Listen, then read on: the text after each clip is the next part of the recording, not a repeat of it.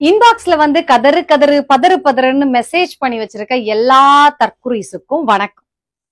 இல்ல, உயர் நீதிமன்றம் சொன்னதுல உங்களுக்கு திருப்தி இல்ல அப்படின்ட்டு உச்ச நீதிமன்றம் போயிட்டு வந்தீங்க. சரி, ஓகே.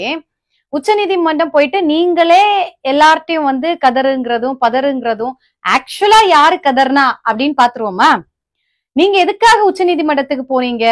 சிபிஐக்கு வழக்க மாத்துங்கன்னு. மாத்தியாச்சா? இல்ல, எஸ்ஐடியோட விசாரணைய தடை பண்ணணும்னு கேட்டீங்க. தடை பண்ணியாச்சா? இல்ல, புஷி ஆனந்த் இப்படி ஒரு பொதுச் செயலாளரை எங்கேயுமே பார்த்தது கிடையாது. புஷி ஆனந்தோட முன்ஜாமீன் கிடைச்சாச்சா? இல்ல, அந்த லாட்டரி டிக்கெட் ஆதவ் அர்ஜுனாவோட கேஸ் முடிச்சாச்சா?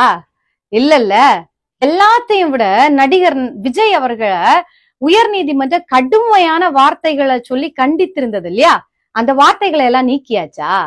இல்ல, மதிப்புக்குரிய திரு அஷ்ராகர் அவர்களுடைய விசாரணைய தொடரக்கூடாதுன்னு ஏதாவது தடை ஏதாவது வாங்கிட்டு வந்தீங்களா என்ன? இல்ல, மொத்தத்துல நீங்க என்ன பண்ணீங்க?